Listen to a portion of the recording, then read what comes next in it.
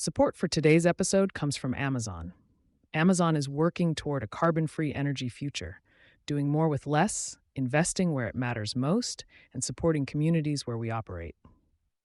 ERCOT's Batch Zero framework changes who gets grid access. Texas has more large load interconnection requests sitting in its grid operators queue than the entire state has ever consumed at once. And the new framework meant to sort out who actually gets power already has deadlines that have started to pass.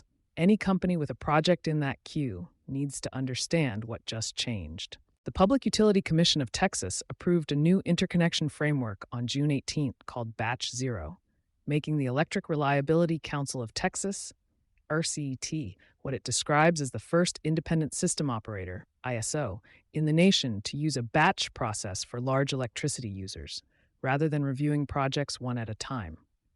The framework applies to any facility, including data centers, that draws 75 megawatts, MW or more at a single site, and it exists because the old process could not keep pace with demand. ERCOT is currently tracking more than 438,000 megawatts of large load requests, nearly 89% of them from data centers, against an all-time statewide peak demand record of just 85,508 megawatts. That queue is more than 5 times ERCOT's own record peak demand, a gap that illustrates how speculative and early stage many of these requests still are, and why finite transmission capacity now has to be allocated among competing projects rather than granted to whoever asks first. What Batch Zero actually does. Rather than studying each project as it arrives, ERCOT will evaluate all qualifying Batch Zero applicants together in a single system-wide study, then allocate available transmission capacity among competing projects and produce a transmission construction plan to match. Projects that already completed prior interconnection studies or sit in approved regional planning work generally enter as baseload, preserving their existing allocation. Everything else enters as studied load, meaning its final allocation depends entirely on how the group-wide study comes out. The rule aggregates demand across a single site, so a project cannot avoid the 75 megawatt threshold by splitting a campus across multiple meters. Batch Zero is explicitly transitional. ERCOT plans to run an ongoing batch process for future projects starting with Batch 1, which opens for applications in summer 2027. The deadlines are already moving. Companies with projects anywhere near this threshold should already be tracking the calendar.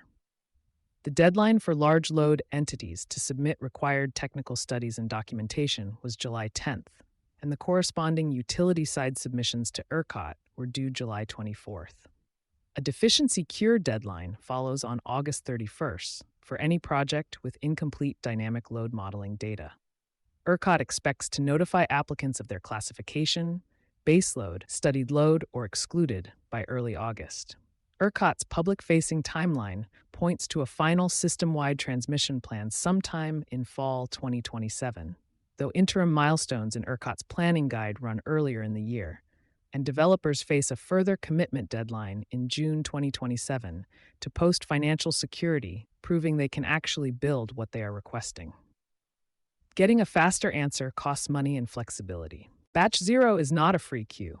Developers must provide financial security beginning at $50,000 per megawatt, which becomes part of the project's required interconnection commitment, with additional security required if specific system upgrades are identified for a project. The penalty for backing out is steep. If a customer withdraws its request or misses a milestone by 6 months, 80% of its posted financial security is retained to help offset transmission infrastructure costs through the utility's regulated investment process, with only 20% refunded. The framework also gives large loads 2 ways to move faster in exchange for accepting more risk. A withdrawal-limited private use network lets a project pair with co-located generation and draw only incremental power from the grid, while a provisional controllable load resource designation lets a project accept curtailment during grid emergencies in exchange for a faster path to interconnection. Both options push developers toward the same choice already reshaping site selection elsewhere. Bring your own generation and flexibility, or wait in a queue that is 5 times oversubscribed. Why Texas got here first. Batch Zero implements Texas Senate Bill 6, signed in June 2025, and follows a direct order from Governor Greg Abbott on June 10th, directing regulators to ensure large load customers bear the costs of infrastructure built specifically to serve them, rather than spreading those costs to residential customers.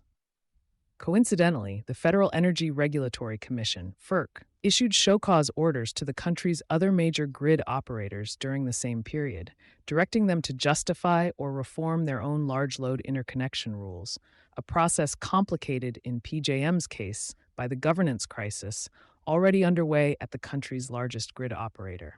ERCOT sits outside FERC's jurisdiction entirely, since Texas built its grid specifically to avoid federal oversight. It arrived at a strikingly similar batch study solution through state law instead. Some Texas developers had already concluded the grid connection wasn't coming fast enough and permitted gigawatt-scale private generation instead. Batch Zero's new flexible pathways now formally recognize that workaround rather than compete against it. Electricity demand in Texas is already forecast to double within a decade. Batch Zero doesn't solve that scarcity. It just formalizes who has to wait for it to be resolved. Sustainability Soundbites. Energy coverage is sponsored by Amazon. Visit the link in our show notes to learn more about Amazon's spotlight on energy.